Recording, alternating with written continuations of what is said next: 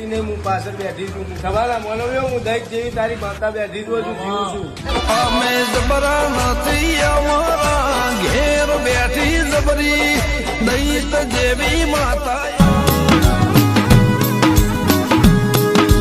અમદાવાદની બજારમાં જરમ જોગીના નો મોરા શિકોતર કરજે તું એવી રે સહાય જોજે આબરૂ ના જાય રે મારી એડવાન્સમાં હેપી હોલી.